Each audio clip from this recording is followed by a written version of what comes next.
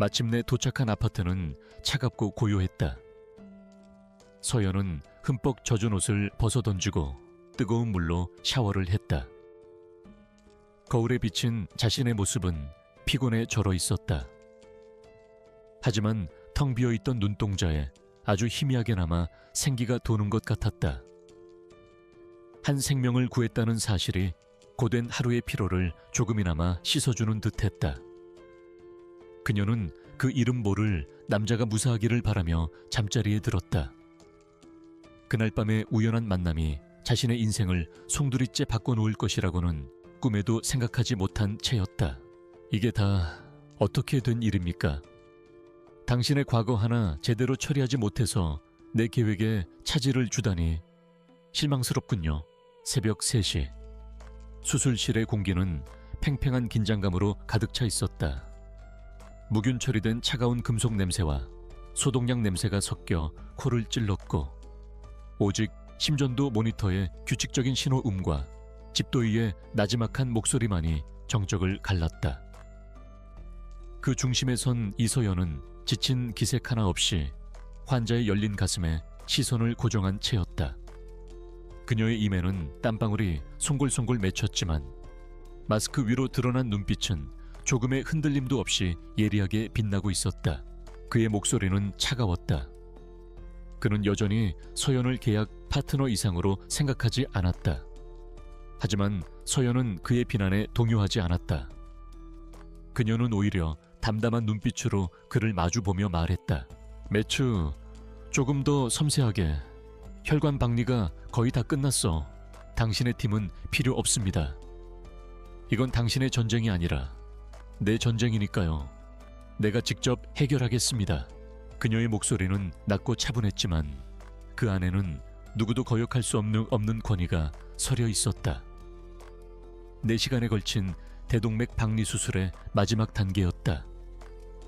한순간의 실수도 용납되지 않는 위급한 상황이었지만 서연의 손놀림은 마치 정교한 기계처럼 정확하고 부드러웠다.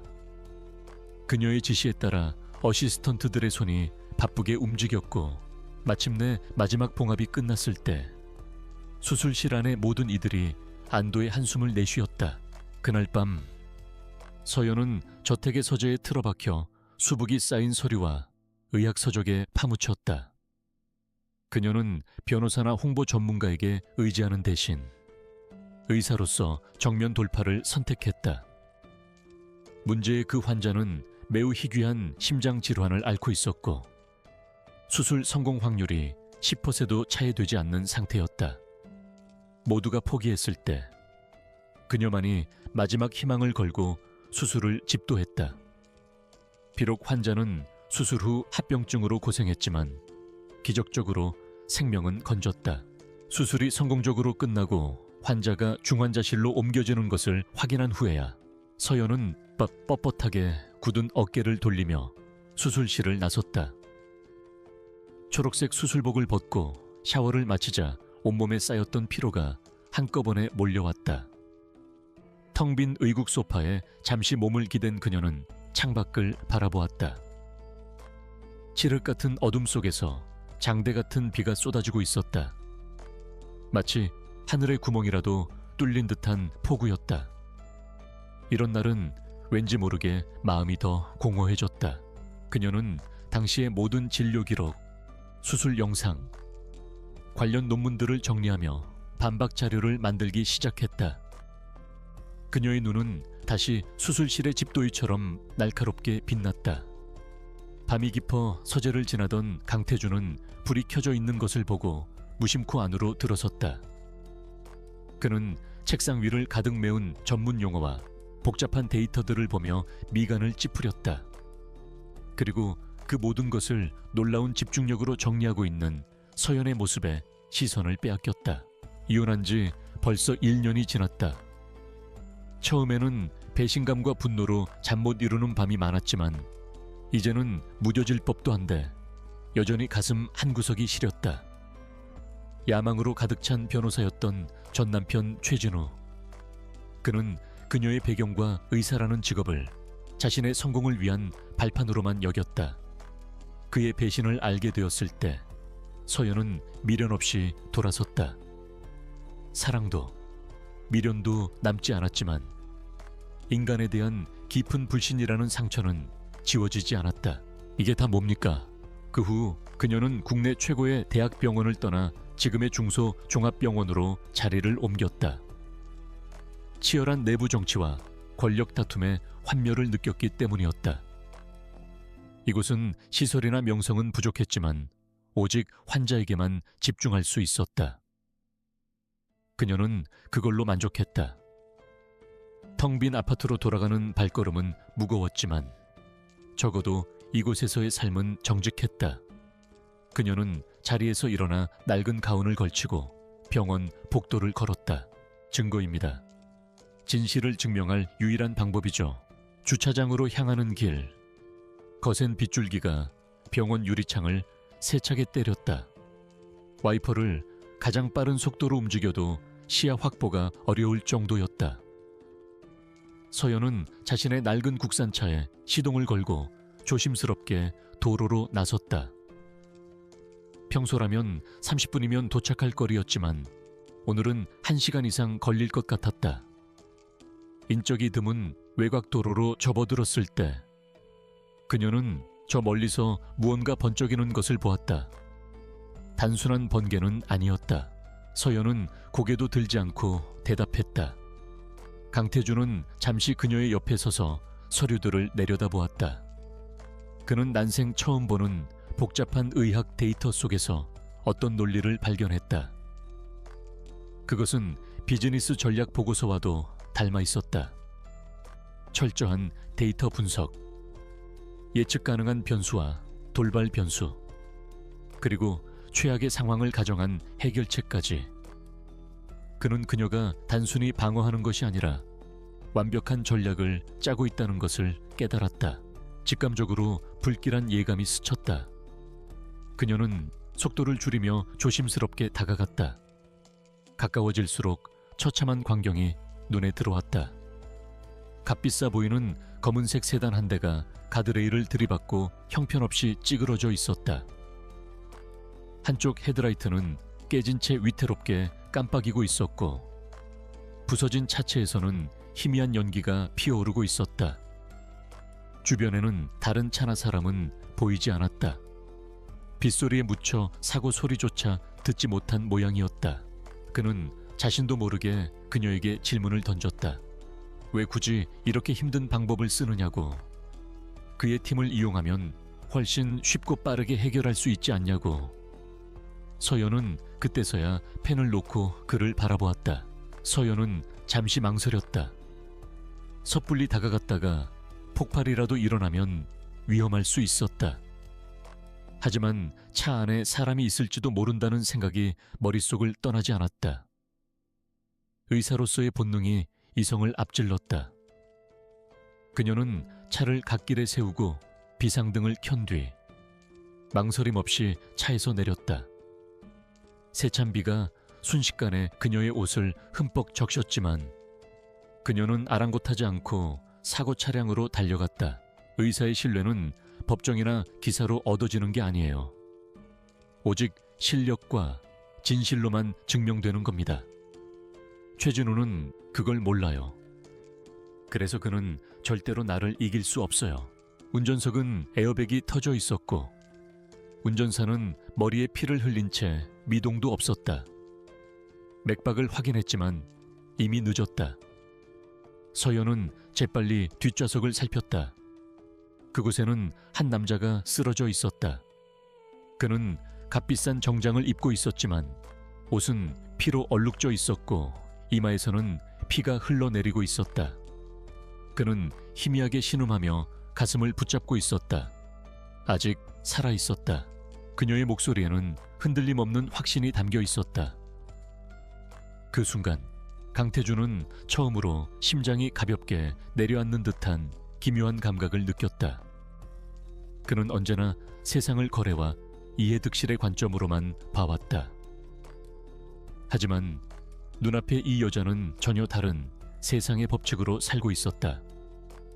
돈이나 권력이 통하지 않는 오직 신념과 실력이라는 무기만으로 싸우는 전사. 그는 그녀에게서 경외감과도 비슷한 감정을 느꼈다. 정신이 드세요. 제 말 들리세요. 다음 날 서연은 해송의료원에 공식적으로 의료윤리위원회 소집을 요청했다. 그녀는 이 사건을 공개적으로 그리고 가장 공신력 있는 방식으로 다루기를 원했다. 위원회가 열린 날 그녀는 고발 방송을 내보낸 기자와 환자의 보호자 그리고 병원 관계자들 앞에서 자신이 준비한 모든 자료를 공개했다. 그녀는 막힘없는 설명으로 수술의 불가피성과 과정의 정당성을 증명해 나갔다. 서연은 남자의 어깨를 가볍게 흔들며 말을 걸었다. 남자는 간신히 눈을 떴지만 초점은 흐릿했다. 그의 호흡은 얕고 거칠었으며 입술은 파랗게 질려 있었다. 서연은 재빨리 남자의 상태를 살폈다. 흉부 타박상으로 인한 기흉이 의심되었다. 갈비뼈 골절이 폐를 찔렀을 가능성이 높았다. 이대로 두면 호흡 곤란으로 몇 분 안에 사망할 수 있었다. 구급차가 오기까지 기다릴 시간이 없었다. 그녀의 논리, 정연한 발표와 방대한 증거 자료 앞에서 방송사가 제기했던 모든 의혹은 힘을 잃고 무너져 내렸다. 특히 그녀가 공개한 수술 동영상은 결정적이었다. 영상 속에서 그녀는 최악의 상황 속에서도 침착하게 환자의 생명을 구해내고 있었다. 진실이 밝혀지자 환자의 보호자는 최진우에게 돈을 받고 거짓말을 했다고 실토했다. 상황은 완벽하게 역전되었다. 그녀는 자신의 차로 달려가 응급처치 키트를 가져왔다. 다행히 기본적인 도구는 갖추고 있었다. 그녀는 망설임 없이 남자의 셔츠를 찢고 소독제로 상처 주변을 닦았다. 그리고는 굵은 주사바늘을 그의 가슴에 정확히 찔러 넣었다. 쉭 하는 소리와 함께 폐에 차있던 공기가 빠져나가자 남자의 거친 호흡이 조금씩 안정을 되찾기 시작했다. 위험한 시술이었지만 그녀의 판단은 정확했다. 사건이 마무리된 저녁, 강태준은 자신의 사무실에서 2개의 보고서를 받았다. 하나는 서연의 의료 과실 혐의가 완벽하게 무혐의로 종결되었다는 해송의료원의 공식 보고서였다. 다른 하나는 비서실에서 올린 이번 사건의 배후에 강민혁과 최진우가 있다는 증거가 담긴 내부조사 보고서였다. 그는 2 보고서를 나란히 놓고 한참 동안 바라보았다. 그의 얼굴은 분노로 차갑게 굳어 있었다. 이제 그에게 이서연은 지켜야 할 계약 파트너가 아니라 함께 싸워야 할 동지였다. 남자는 고통 속에서도 자신에게 무슨 일이 일어나고 있는지 어렴풋이 인지했다. 칠흑 같은 어둠과 쏟아지는 비, 그리고 죽음의 공포 속에서 한 줄기 빛처럼 다가온 사람이 있었다. 얼굴은 잘 보이지 않았지만 자신을 살리기 위해 침착하고 단호하게 움직이는 실루엣과 차분한 목소리만은 선명하게 각인되었다. 비에 젖은 채 자신에게 집중하는 그녀의 모습은 그가 평생 봐왔던 어떤 존재보다도 강렬했다. 이서연이 의료 과실 누명을 완벽하게 벗어던진 후 강태준의 저택에는 미묘한 기류의 변화가 생겼다. 그녀를 무시하고 경멸하던 사형인들은 이제 그녀의 눈치를 살폈고 사사건건 트집을 잡던 강태준의 가족들도 입을 다물었다. 그들은 이서연이 만만한 상대가 아님을 뼈저리게 깨달았다. 그녀는 자신의 실력만으로 거대한 음모를 정면으로 돌파해버린 그들이 이해할 수 없는 자, 없는 종류의 사람이었다. 서연은 기도를 확보하고 지혈을 계속하면서 알9에 신고했다. 그녀는 자신의 신분을 밝히지 않은 채 사고 위치와 환자의 상태, 자신이 시행한 응급처치 내용까지 전문적인 용어로 침착하게 설명했다. 그녀의 정확한 설명 덕분에 구급대는 신속하게 현장에 도착할 수 있었다. 구급대원들은 차 안에서 응급처치를 하고 있는 그녀의 모습을 보고 놀라움을 금치 못했다. 그날 밤 강태준은 서재로 서연을 불렀다. 그는 아무 말 없이 얇은 보고서 한 부를 그녀에게 건넸다. 그 안에는 이번 언론 공작과 의료 사고 조작의 배후에 강민혁과 최진우가 있었음을 증명하는 내부 조사 결과가 담겨 있었다. 이것은 회사의 기밀에 해당하는 정보였다. 그가 이것을 공유한다는 것은 이제 그녀를 단순한 계약 파트너가 아닌 신뢰할 수 있는 내부자로 인정한다는 무언의 표시였다. 환자분은 30대 후반 남성. 의식은 혼미한 상태입니다. 외상성 기흉으로 판단되어 흉관 삽입술을 시행했습니다. 두부 열상과 다발성 타박상 외에 내부 출혈도 의심됩니다. 가장 가까운 권역 외상센터로 이송해야 합니다. 내 동생이 자네 전남편과 손을 잡고 벌인 짓이네. 이제 어떻게 하고 싶은가? 그녀는 구급대원에게 환자의 상태를 인계하고 조용히 뒤로 물러섰다. 구급대원들이 분주하게 환자를 들것에 옮겨 싣는 동안 서연은 자신이 할 일은 끝났다고 생각했다. 그녀는 흙탕물과 피로 얼룩진 자신의 손을 말없이 내려다보았다. 그리고는 누구의 주목도 받지 않은 채 조용히 자신의 차로 돌아가 시동을 걸고 현장을 떠났다. 그저 해야 할 일을 했을 뿐. 그 이상도 그 이하도 아니었다. 강태준은 처음으로 그녀에게 젠라는 호칭을 쓰며 의견을 물었다. 서연은 보고서를 끝까지 읽고는 조용히 테이블 위에 내려놓았다. 그녀의 눈빛은 분노보다는 차가운 이성에 더 가까웠다. 복수심에 불타기보다는 외과 의사로서 암세포를 발견했을 때처럼 냉철하게 상황을 분석하고 있었다. 그녀는 강민혁이라는 인물 자체에 대해 더 알아야겠다고 생각했다. 그날의 사고 이후 며칠이 흘렀다. 이서연의 일상은 조금도 변하지 않았다. 그녀는 여전히 새벽같이 출근해 밤늦게 퇴근했고 수술과 진료, 논문 준비로 쉴 틈 없이 자신을 몰아붙였다. 그날 밤의 일은 마치 현실감 없는 꿈처럼 느껴졌다. 가끔씩 쏟아지는 비를 볼 때면 피와 흙으로 범벅이 되었던 손의 감각과 희미하게 신음하던 남자의 모습이 떠올랐지만 그것은 곧 잊혔다.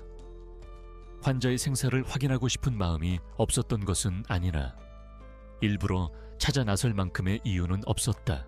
강민혁 전무가 경영하는 유진 바이오에 대한 자료를 좀 볼 수 있을까요? 적을 알려면 그의 가장 중요한 무기부터 파악해야죠. 그러던 어느 평범한 오후, 병원이 조금 소란스러워졌다. 검은색 고급 세단 2대가 병원 정문 앞에 멈춰 섰고 잘 차려입은 남자들이 내리면서부터였다. 그들 중 한 명이 원장실로 직행했고 잠시 후 병원 원장이 직접 서연의 진료실로 찾아왔다. 당황한 기색이 역력한 원장의 얼굴에는 곤란함과 약간의 두려움이 섞여 있었다.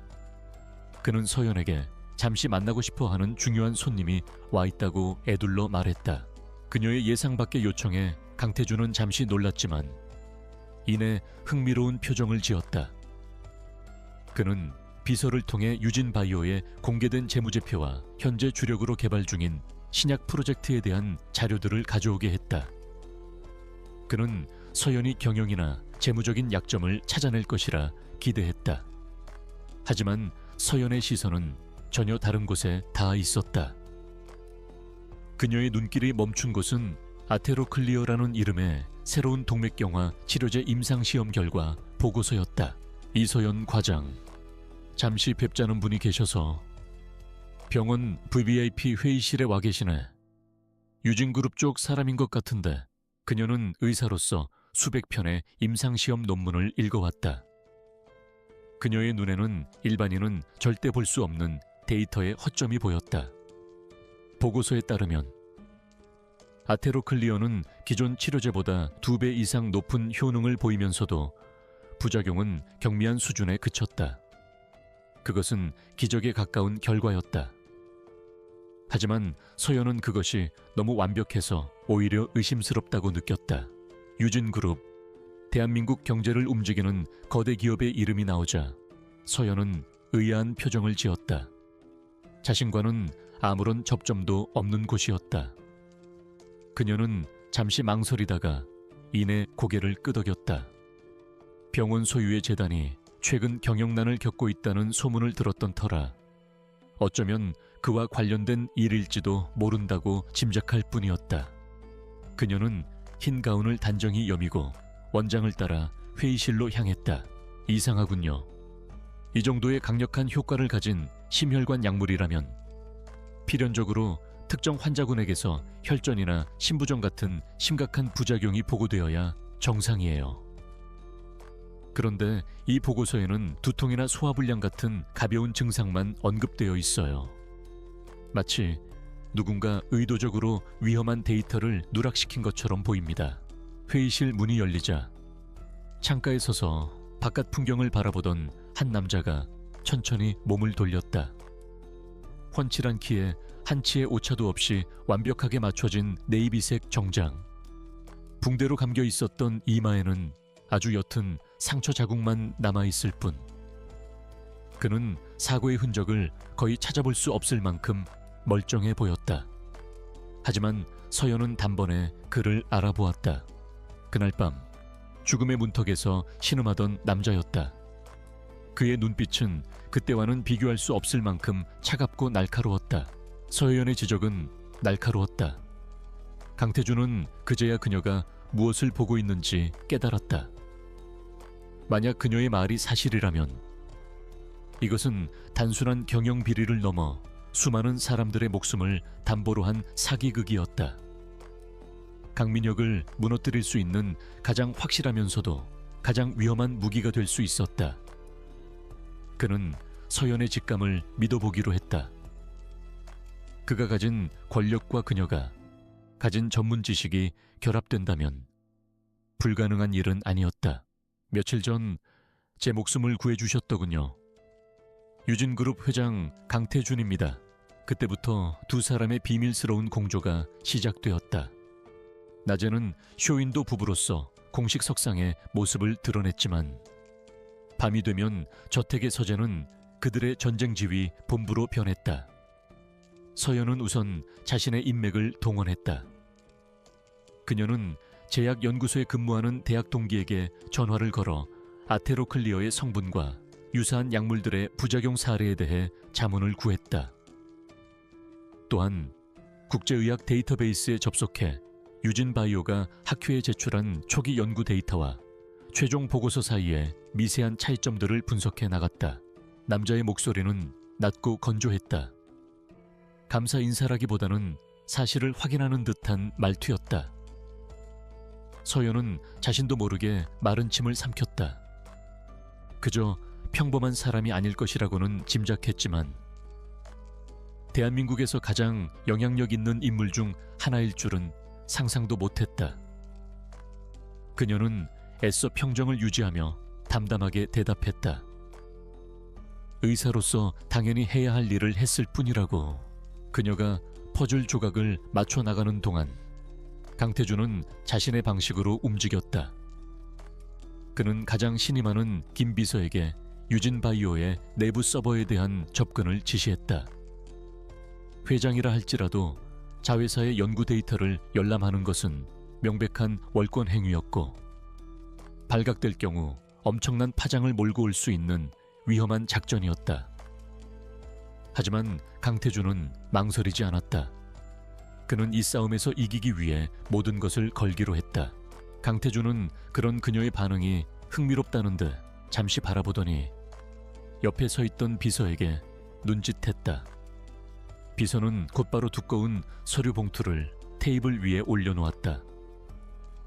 그는 봉투를 서연 쪽으로 밀며 말했다. 감사의 표시다. 원하는 것은 무엇이든 들어줄 수 있다. 이것으로 모든 것을 보상하겠다는 의미가 담긴 행동이었다. 그의 오만한 태도에 서연의 미간이 미세하게 찌푸려졌다. 며칠간의 긴장감 넘치는 작업 끝에 김 비서는 마침내 유진바이오의 보안을 뚫고 아테로클리어의 원본 임상 데이터를 빼내는데 성공했다. 수천 페이지에 달하는 암호화된 데이터 파일이 강태준의 노트북으로 전송되던 그날 밤, 서재의 공기는 유난히 무거웠다. 이제 모든 것은 서연의 손에 달려 있었다. 그녀는 방대한 양의 원본 데이터를 조작된 최종 보고서와 하나씩 비교하며 숨겨진 진실을 찾기 시작했다. 필요 없습니다. 저는 보상을 바라고 한 일이 아닙니다. 환자분께서 무사하시다니 그걸로 충분합니다. 시간이 어떻게 흐르는지도 모른 채 서연은 데이터에 몰두했다. 그녀의 눈은 숫자의 나열 속에서 특정 패턴, 즉 의도적으로 삭제되거나 수정된 흔적을 찾아 헤맸다. 그런 그녀의 모습을 강태준은 말없이 지켜보았다. 그는 지쳐 보이는 그녀를 위해 조용히 커피를 타서 책상 위에 놓아주었다. 잠시 고개를 든 서연은 그에게 희미하게 미소 지으며 고맙다는 인사를 건넸다. 서연은 단호하게 거절했다. 그녀의 대답은 강태준의 예상 범위 안에 있었다는 듯 그는 놀라지 않았다. 오히려 희미한 미소를 지으며 의자에 앉았다. 그는 서연에게도 자리에 앉기를 권하며 진짜 용건은 지금부터라고 말했다. 그의 눈빛은 한층 더 깊고 서늘해졌다. 마치 사냥감을 앞에 둔 포식자의 눈빛과도 같았다. 그는 서연에 대해 모든 것을 알고 있다는 듯이 말했다. 왜 이렇게까지 하는 겁니까? 그냥 당신의 동생을 경영비리로 쳐내는 방법도 있었을 텐데요. 이서연 씨, 35, 해송의료원 흉부외과 과장. 1년 전 이혼. 전 남편은 최진우 변호사. 현재 유진 바이오 법무팀 소속. 내 아버지가 평생을 바쳐 이룬 기업입니다. 저런 식으로 더럽히는 걸 볼 수는 없었어요. 당신은 어떻습니까? 당신 역시 복수심만으로 이러는 것 같지는 않은데. 그의 입에서 자신의 정보가 막힘없이 흘러나오자 서연은 등골이 서늘해지는 것을 느꼈다. 이 남자는 단순히 감사 인사를 하러 온 것이 아니었다. 뚜렷한 목적을 가지고 자신에게 접근한 것이다. 그녀는 경계심을 늦추지 않은 채 그의 다음 말을 기다렸다. 강태준은 테이블 위로 또 다른 서류를 내밀었다. 그것은 혼인계약서라는 제목이 선명하게 박힌 문서였다. 의사니까요. 내 눈앞에서 사람의 목숨을 해칠 수 있는 거짓을 그냥 보고만 있을 수는 없어요. 그게 누구든 어떤 이유에서든 결혼해 주셨으면 합니다. 물론 진짜 결혼은 아닙니다. 서류상의 부부가 되어 내 아내 역할을 1년만 해주시면 됩니다. 짧은 대화 속에서 두 사람은 서로의 본질을 어렴풋이 이해했다. 각자의 신념과 원칙을 지키기 위해 싸우고 있다는 동질감. 그것은 차가운 계약 관계를 넘어선 동지애와도 비슷한 감정이었다. 바로 그 순간 서연의 눈이 번쩍였다. 그녀는 마침내 찾아냈다. 원본 데이터의 특정 폴더 안에 숨겨져 있던 삭제된 파일들. 그 안에는 아테로클리어를 투약한 환자들 중 일부에게서 심각한 심부전과 뇌졸중 증세가 나타났다는 보고가 고스란히 담겨 있었다. 순간 회의실의 공기가 얼어붙었다. 서연은 자신이 무슨 말을 들은 것인지 이해할 수 없었다. 황당함을 넘어 불쾌감이 치밀어 올랐다. 목숨을 구해준 사람에게 할 소리인가? 이 남자는 돈과 권력으로 세상 모든 것을 살 수 있다고 믿는 부류의 인간이었다. 그녀는 자리에서 벌떡 일어나며 차갑게 쏘아붙였다. 사람을 구한 행위를 이런 식으로 모욕하지 말라고. 더 이상 들을 가치도 없다고. 그리고 결정적인 증거가 발견되었다. 신약개발팀장과 강민혁이 주고받은 이메일이었다. 이메일에는 부작용 데이터에 통계적 유의성을 낮추어 보고서를 수정하라는 강민혁의 직접적인 지시가 적혀 있었다. 이것은 빼도 박도 못할 증거, 즉 스모킹건이었다. 그들은 사람의 목숨을 담보로 위험한 도박을 벌인 것이다. 당신 같은 사람을 상대할 시간 없습니다. 이만 돌아가 주십시오. 서연은 떨리는 손으로 노트북 화면을 돌려 강태준에게 보여주었다. 이메일 내용을 확인한 강태준의 얼굴은 분노로 싸늘하게 굳었다. 그는 주먹을 불끈 쥐었다. 길고 긴 싸움의 끝이 보이기 시작했다. 이제 반격의 시간이었다.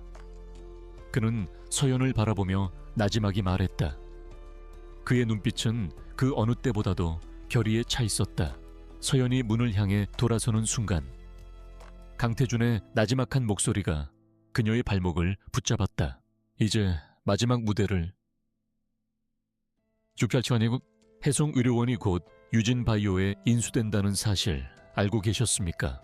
유진그룹의 분기이사회가 열리는 날 본사 건물 로비는 이른 아침부터 들끓었다. 대한민국의 경제를 움직이는 거물들이 속속 도착했고 건물 밖에는 결과를 기다리는 기자들로 인산인해를 이루었다. 강민혁과 최진우는 의기양양한 표정으로 회의실에 들어섰다. 그들은 오늘을 위해 모든 것을 준비했다. 강태준을 끌어내리고 그룹의 새로운 주인이 될 것이라는 야망에 가득 차 있었다. 그들의 손에는 강태준을 겨냥한 조작된 비리 증거와 유진바이오의 성공을 상징하는 신약 아테로클리어 발표 자료가 들려 있었다. 그의 말에 서연의 몸이 그대로 굳었다. 처음 듣는 이야기였다. 강태준은 그녀의 반응을 지켜보며 말을 이었다. 유진바이오는 자신의 이복동생인 강민혁이 실질적으로 운영하는 자회사이며 이번 인수는 병원을 최고급 VIP 요양시설로 바꾸기 위한 포석이라고. 그렇게 되면 기존의 환자들은 갈 곳을 잃고 수많은 동료들이 일자리를 잃게 될 것이라는 잔인한 현실을 덧붙였다. 회의가 시작되고 몇 가지 형식적인 안건이 처리된 후 마침내 신사업 보고 순서가 되었다. 강민혁은 자신만만한 미소를 지으며 단상으로 나섰다. 그는 화려한 프레젠테이션을 통해 아테로클리어가 가져올 장밋빛 미래를 역설했다. 조작된 임상 데이터는 완벽해 보였고 천문학적인 예상 수익에 이사진들은 감탄을 금치 못했다. 유진바이오의 성공을 한껏 부각시킨 그는 기다렸다는 듯이 날카로운 목소리로 화제를 바꿨다. 서연의 머릿속이 복잡하게 얽히기 시작했다. 그녀가 환멸을 느끼는 세상을 떠나 겨우 찾아낸 안식처. 오직 환자만을 위해 헌신할 수 있었던 이 병원이 사라질 위기에 처한 것이다. 그리고 그 열쇠를 문호지엔의 남자가 쥐고 있었다. 그녀는 천천히 돌아서서 그를 노려보았다. 강태준은 여전히 무표정한 얼굴로 그녀를 바라보며 마지막 카드를 꺼내들었다. 하지만 이런 혁신적인 성과에도 불구하고 우리 그룹은 지금 심각한 위기에 처해 있습니다. 현 강태준 회장의 독단적이고 불투명한 경영 방식 때문입니다. 나와 결혼하면 이 인수를 막을 수 있습니다. 내가 회장 자리를 완벽하게 장악하면 강민혁 따위는 쉽게 제압할 수 있으니까요. 당신에게는 병원을 지킬 힘이, 나에게는 내 자리를 지킬 아내가 필요한 겁니다. 이것은 거래입니다. 이서연 씨, 강민혁의 외침과 함께 회의실의 대형 스크린에는 강태준이 유령 회사를 통해 비자금을 조성했다는 내용의 자료들이 나타났다.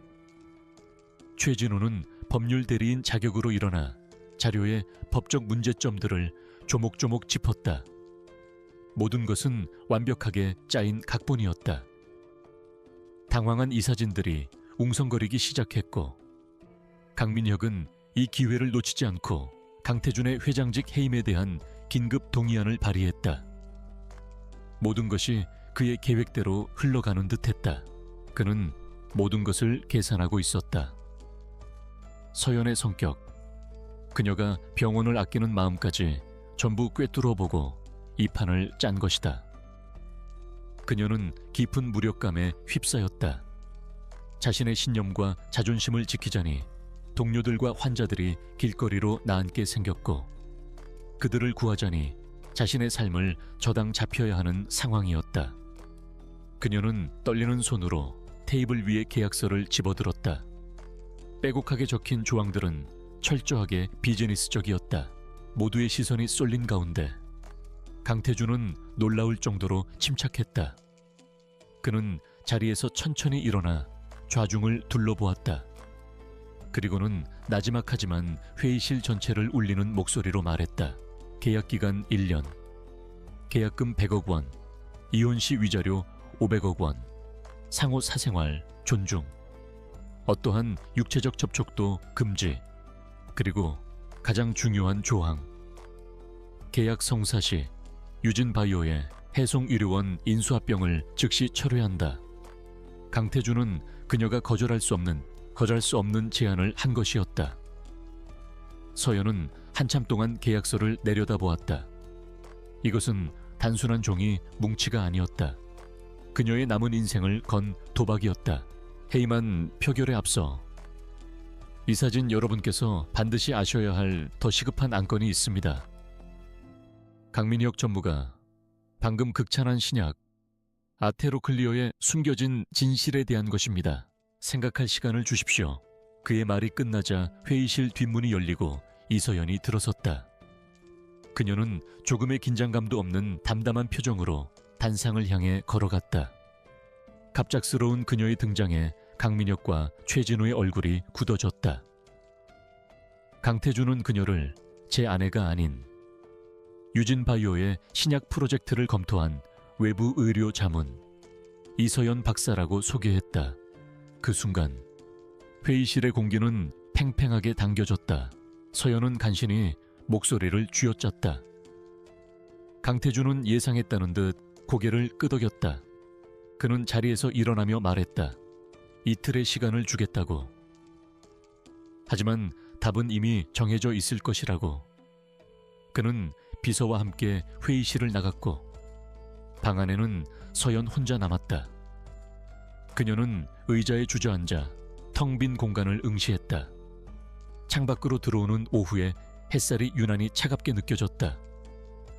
거부할 수 없는 운명의 덫에 걸려든 기분이었다.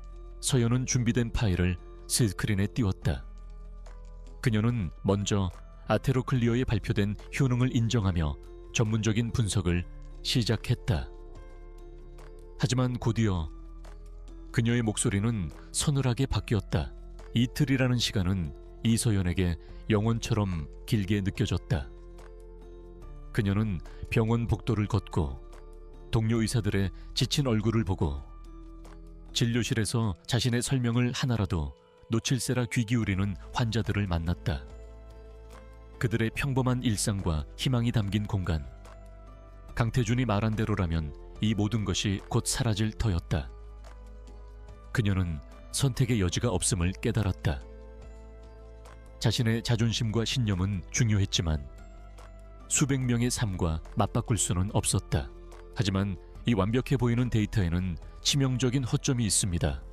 아니, 의도적인 기만이 숨어 있습니다. 약속된 날, 서연은 강태준의 비서를 통해 계약서에 서명했다. 펜 끝이 종이에 닿는 순간 그녀는 자신의 영혼 일부를 파는 기분이었지만 조금의 망설임도 보이지 않았다. 같은 시각 해송의료원에 대한 유진바이오의 적대적 인수합병이 전면 중단되었다는 공식 발표가 나왔다. 병원은 환호했지만 그 이면에 어떤 거래가 있었는지 아는 사람은 아무도 없었다. 서연은 그렇게 자신만의 전쟁을 시작했다. 다음 화면에는 두 개의 데이터 그래프가 나란히 나타났다. 하나는 유진바이오가 공식 발표한 자료였고 다른 하나는 강태준과 그녀만이 가지고 있는 원본 데이터였다. 그녀는 레이저 포인터로 원본 데이터의 특정 부분을 가리켰다. 그곳에는 공식 발표 자료에서는 깨끗하게 삭제되었던 수십 건의 심각한 부작용 사례들이 기록되어 있었다. 며칠 후 그녀는 검은색 세단에 올라타 강태준의 본가로 향했다. 서울 시내가 한눈에 내려다 보이는 성북동의 거대한 저택. 높다란 담벼락과 철통 같은 보안은 외부 세계와의 단절을 선언하는 듯했다.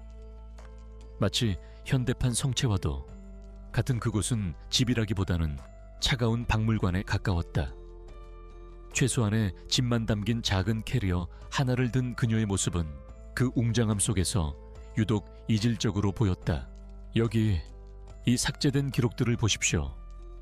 뇌졸중, 급성 신부전, 신장괴사, 이것들은 단순한 부작용이 아닙니다. 이 약이 시판될 경우 우리는 잠재적으로 수천, 수만 명의 환자들을 죽음으로 몰아넣게 되는 겁니다. 이것은 신약 개발이 아니라 대규모 살상 무기를 만드는 것과 같습니다.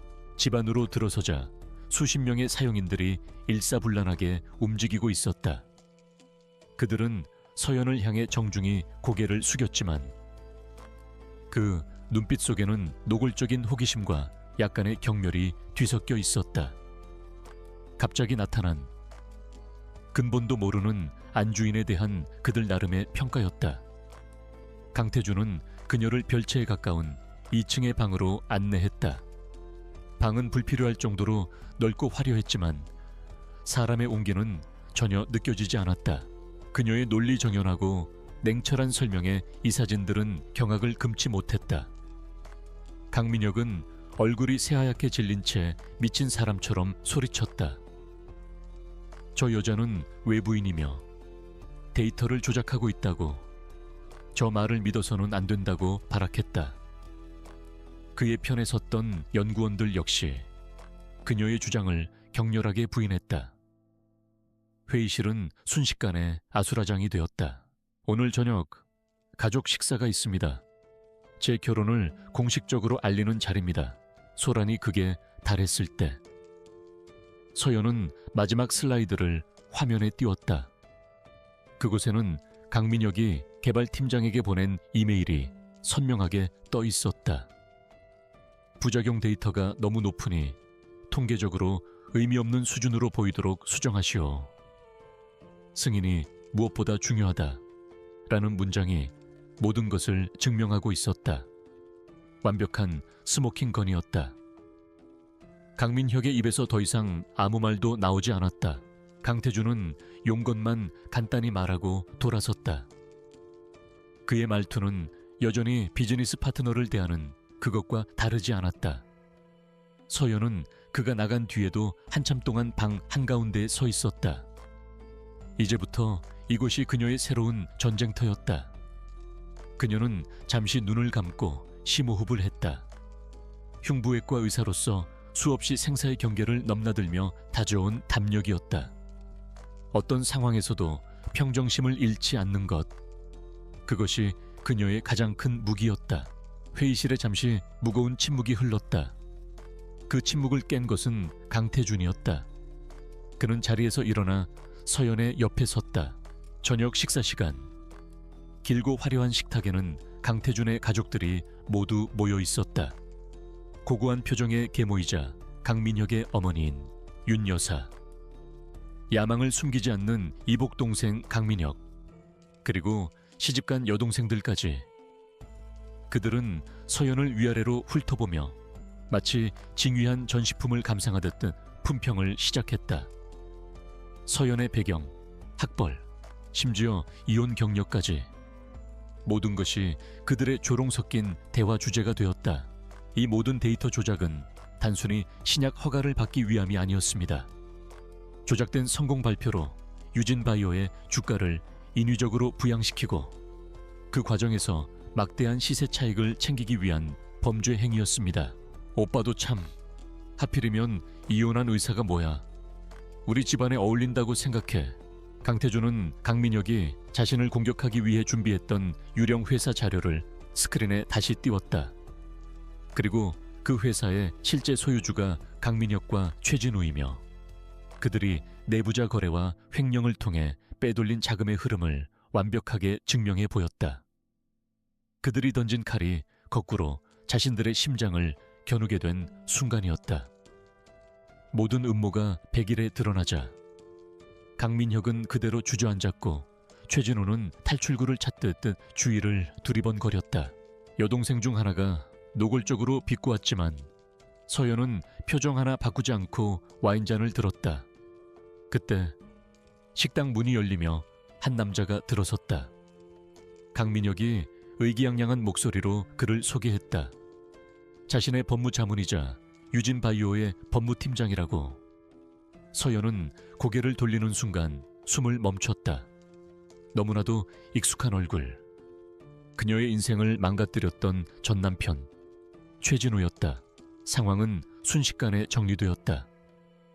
이사회 의장은 즉시 긴급 감사와 법적 조치를 선언했고 보안 요원들이 들어와 강민혁과 최진우 그리고 관련 연구원들을 연행해 나갔다. 그들이 저항하며 끌려나가는 모습은 처참했다. 한순간에 모든 것을 잃어버린 자들의 비참한 말로였다. 이 사진들은 이제 경외와 두려움이 섞인 눈으로 강태준과 그 옆에 선 이서연을 바라보고 있었다. 최진우 역시 서연을 보고 순간적으로 얼굴이 굳었다. 하지만 그는 이내 특유의 능글맞은 미소를 지으며 서연에게 다가왔다. 그는 마치 자신만이 서연의 비밀을 안다는 듯한 우월감에 가득 차 있었다. 이 상황이 얼마나 재미있는지 그의 눈빛이 말해주고 있었다. 그는 강태준의 가족들 앞에서 일부러 과장된 몸짓으로 서연에게 아는 척을 했다. 혼란스러운 회의실을 뒤로하고 강태준과 서연은 밖으로 나왔다. 복도 밖에서는 기자들이 아우성치고 있었지만 두 사람이 있는 공간은 폭풍의 눈처럼 고요했다. 길고 길었던 전쟁이 끝났다. 강태준은 잠시 걸음을 멈추고 서연을 바라보았다. 그는 처음으로 계약이나 비즈니스가 아닌 진심이 담긴 옅은 미소를 지으며 말했다. 이서연 씨, 이런 데서 다 보네요. 세상 참 좁습니다. 그렇죠. 제가 강민혁 전무님 밑에서 일하게 되었습니다. 당신 정말 대단한 사람이군. 모든 시선이 서연에게로 쏠렸다. 강민혁은 이 상황을 즐기기라도 하듯 입가에 비웃음을 걸었다. 이혼한 전 남편이 시동생이 될 사람의 수하. 이보다 더 완벽한 조롱거리는 없었다. 계모인 윤 여사는 대놓고 혀를 차며 근본 없는 것들은 어쩔 수 없다고 중얼거렸다. 서연은 자신을 향해 쏟아지는 경멸과 조롱의 화살을 온몸으로 받아내야 했다. 그 말 한마디에 그동안 두 사람을 올가매고 있던 차가운 계약의 벽이 허물어지는 듯했다. 그들은 더 이상 계약으로 맺어진 파트너가 아니었다. 생사를 넘나드는 전쟁을 함께 치르고 승리한 세상에 단 둘뿐인 동지였다. 하지만 그녀는 무너지지 않았다. 오히려 그 순간 그녀의 머리는 얼음처럼 차가워졌다. 그녀는 최진우를 싸늘하게 바라보며 나지막이 말했다. 이사회의 폭풍이 지나간 후 유진그룹은 거대한 후폭풍에 휩싸였다. 강민혁과 최진우는 횡령, 배임, 주가 조작, 증거인멸 등 수많은 혐의로 구속되어 법의 심판을 기다리는 신세가 되었다. 유진바이오의 신약 개발은 전면 중단되었고 강태준은 대국민 사과와 함께 그룹의 투명성을 높이기 위한 대대적인 개혁을 약속했다. 위기는 있었지만 그의 단호하고 신속한 대처 덕분에 시장의 신뢰는 빠르게 회복되었다. 최진우 변호사, 공과 사는 구분하는 게 프로의 기본일 텐데요. 여기가 로펌은 아닌 것 같습니다만 세간의 관심은 단연 이 모든 사건의 중심에 섰던 이서연에게 쏠렸다. 그녀는 재벌가의 신데렐라에서 하루아침에 거대 악을 물리친 영웅으로 떠올랐다. 언론은 그녀의 모든 것을 기사화하고 싶어 했지만 그녀는 단 한 번도 인터뷰에 응하지 않고 다시 해송의료원의 의사 이서연으로 돌아갔다. 하얀 가운을 입고 환자를 돌보는 그녀의 모습은 이전과 같았지만 병원 동료들이 그녀를 대하는 눈빛에는 깊은 존경심이 담겨 있었다. 그녀의 차분하고 날카로운 방역에 최진우의 얼굴이 순간 굳었다. 서연은 이어서 윤 여사를 향해 부드럽게 미소 지으며 말했다. 강태준의 저택에도 평화가 찾아왔다. 더 이상 서로를 향한 경계와 의심은 없었다. 강태준과 이서연은 식탁에서 마주 앉아 그날 있었던 일이나 그룹의 현안에 대해 자연스럽게 대화를 나누었다. 때로는 회사의 개혁 방향에 대해, 때로는 병원의 새로운 의료기술 도입에 대해 의견을 주고받았다. 그들은 어느새 서로에게 가장 신뢰할 수 있는 조언자이자 든든한 지원군이 되어 있었다. 쇼인도 부부의 연기는 더 이상 필요 없었다. 어머님, 안색이 좋지 않으시네요. 평소 손발이 자주 저리시거나 가슴이 답답한 증상은 없으셨는지요? 표정을 보니 갑상선 기능에 문제가 있으실 수 있겠어요. 스트레스는 만병의 근원이니 조만간 정밀 검사를 받아보시는 게 좋겠습니다. 하지만 그 평화 속에는 해결되지 않은 단 하나의 문제가 남아 있었다. 바로 두 사람의 계약 관계였다. 애초에 계약의 목적이었던 강태준의 경영권 방어는 완벽하게 이루어졌다. 계약서에 명시된 1년이라는 시간도 어느덧 끝을 향해 가고 있었다. 이제 그들의 동거와 위장 결혼은 끝내야 할 때가 온 것이다. 두 사람 모두 그 사실을 알고 있었지만 누구도 먼저 그 이야기를 꺼내지 않았다. 그녀의 말에 윤 여사는 자신도 모르게 목을 감싸 쥐었다. 실제로 최근 들어 비슷한 증상을 겪고 있었기 때문이었다. 의사의 전문적인 소견은 단순한 말을 넘어 사람의 마음을 흔드는 힘이 있었다.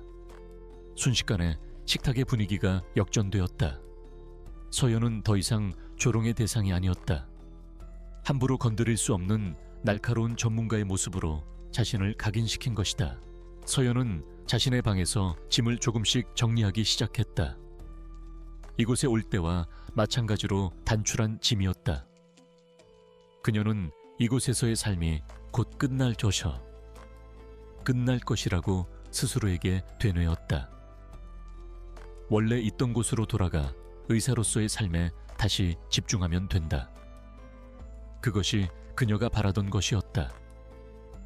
하지만 막상 떠날 준비를 하자 가슴 한 구석이 텅 빈 것처럼 허전하고 시려왔다. 차가운 비즈니스 파트너일 뿐이라고 생각했던 강태준이라는 남자가 어느새 그녀의 마음에 깊이 자리 잡고 있었다. 이 모든 상황을 말없이 지켜보던 강태준의 눈빛이 미세하게 흔들렸다. 그는 서연이 모욕을 당할 때 막아줄 생각이었다. 계약 조건에 외부의 공격으로부터 서로를 보호한다는 조항도 있었다. 하지만 그녀는 그의 도움이 필요 없었다. 스스로의 힘으로 가장 우아하고 효과적인 방식으로 상황을 정리해버렸다. 그는 처음으로 그녀를 계약 파트너가 아닌 이서연이라는 한 명의 인간으로 보기 시작했다. 강태준 역시 마찬가지였다. 그는 매일 밤 서재에서 홀로 깊은 생각에 잠겼다. 이서연이 없는 이 집은 상상할 수 없었다. 그녀는 단순한 계약 파트너가 아니었다. 그의 얼어붙었던 세상에 들어와 온기를 불어넣어준 유일한 사람이었다. 그녀의 고요한 강인함, 지혜, 그리고 따뜻한 마음은 그가 평생을 찾아 헤매던 무언가를 채워주었다. 계약이 끝나면 그녀는 떠날 것이다. 그는 그 사실을 받아들일 수가 없었다. 식사가 어떻게 끝났는지 아무도 기억하지 못했다. 모두가 서연의 페이스에 말려들었다. 그녀는 그 후로도 태연하게 식사를 계속했고 가족들의 가시, 돋친 질문에도 막힘없이 그러나 핵심을 찌르는 답변으로 응수했다. 그녀의 지성과 평정심 앞에서 돈과 권력으로 무장한 그들의 공격은 힘을 잃었다. 전쟁터 같던 저녁 식사는 그녀의 일방적인 승리로 끝이 났다. 마침내 계약 만료일을 며칠 앞둔 어느 날 밤, 강태준은 서연을 서재로 불렀다. 두 사람의 동맹이 처음 시작되었던 바로 그 장소였다. 테이블 위에는 그들의 첫 만남을 상징하는 혼인 계약서가 놓여 있었다. 서연은 그가 계약의 종료를 공식적으로 알리기 위해 자신을 불렀다고 생각했다. 그녀는 애써 담담한 표정을 지으며 그의 맞은편에 앉았다. 마지막까지 당당한 모습을 보여주고 싶었다.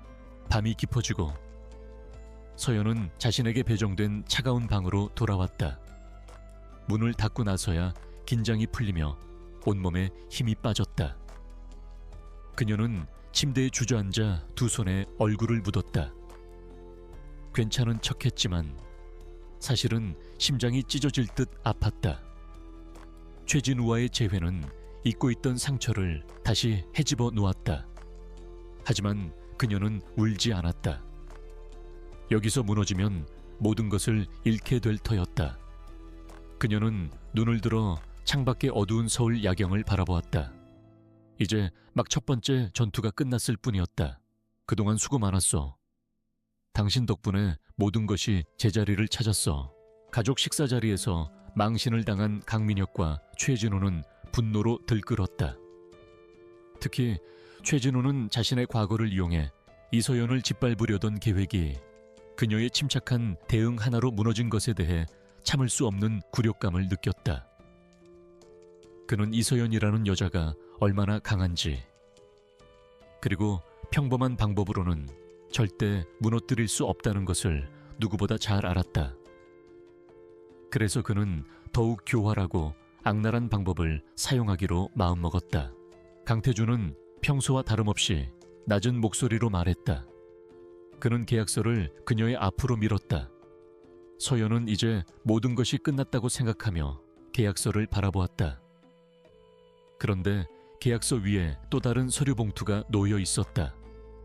그녀가 의아한 표정으로 그를 쳐다보자 그는 이전의 계약서를 옆으로 치워버렸다.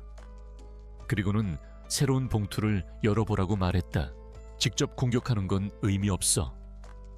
저 여자는 정면 대결에서는 눈 하나 깜짝 안 할 거야. 대신 저 여자가 가장 중요하게 생각하는 걸 무너뜨려야지. 의사로서의 명예 말이야.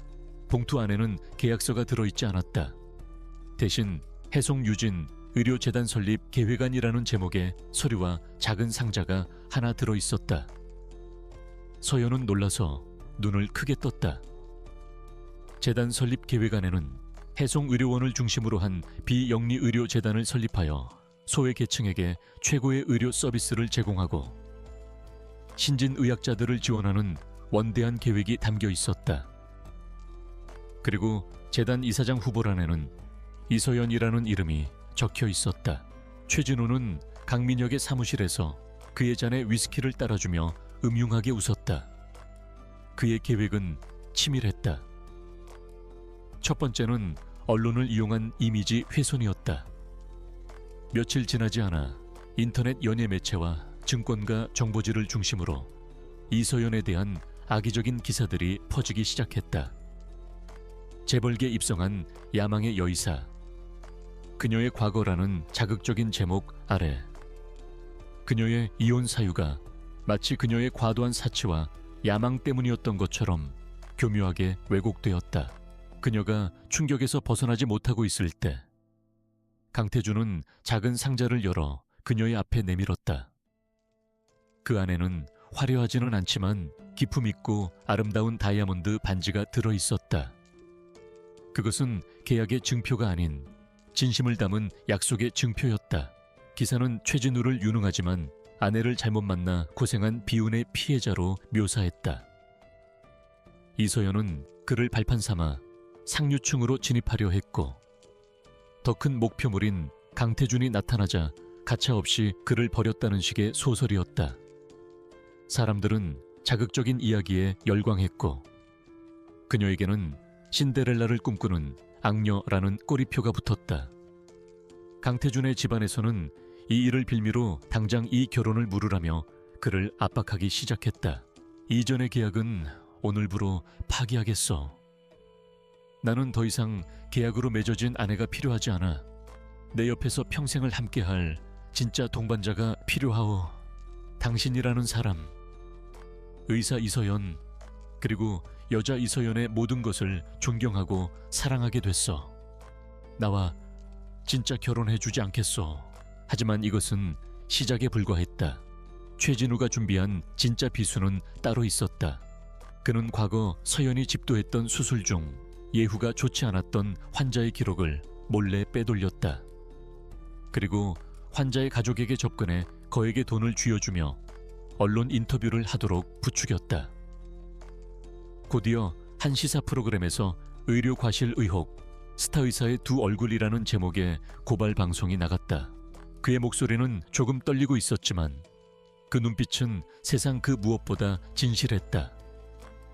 차갑고 계산적이었던 재벌 회장의 모습은 온데간데 없었다. 오직 한 여자에게 서툰 방법으로 진심을 고백하는 한 남자가 있을 뿐이었다. 서연의 눈가에 뜨거운 눈물이 차올랐다. 이혼의 상처로 굳게 닫혔던 그녀의 마음의 문이 그의 진심 앞에서 서서히 열리고 있었다. 방송에서 환자의 보호자는 눈물을 흘리며 서연이 무리하게 수술을 강행했으며 수술 이후의 처치에도 소홀했다고 주장했다. 최진우가 제공한 왜곡된 정보와 자극적인 편집이 더해져 서연은 순식간에 실력도 없으면서 명예욕에만 눈이 먼 파렴치한 의사로 매도되었다. 이 공격은 치명적이었다. 인터넷상의 가십이야.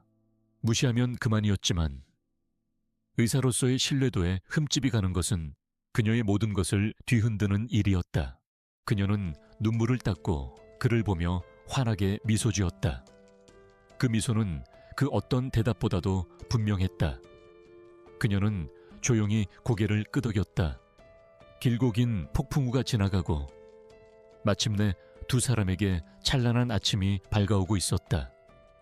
몇 달 후 그들은 수많은 사람들의 축복 속에서 진짜 부부가 되었다. 그리고 이서연이 이사장으로 취임한 해송유진의료재단은 대한민국 의료계에 새로운 희망을 제시했다. 그렇게 두 사람은 각자의 자리에서 그러나 언제나 함께 세상을 더 나은 곳으로 만들어가며 행복하게 살아갔다. 강태준은 이 사태를 보고받고 처음에는 짜증이 치밀었다. 그는 자신의 거대한 계획에 불필요한 잡음이 생긴 것이라 여겼다. 그는 비서실을 통해 법무팀과 홍보팀에 총력 대응을 지시했다. 언론을 막고 악성 댓글을 삭제하고 방송사에 정정 보도를 요청하는 등 그가 문제를 해결하는 방식은 언제나처럼 돈과 권력을 이용하는 것이었다. 그는 서연을 자신의 방으로 불러 자초지종을 물었다.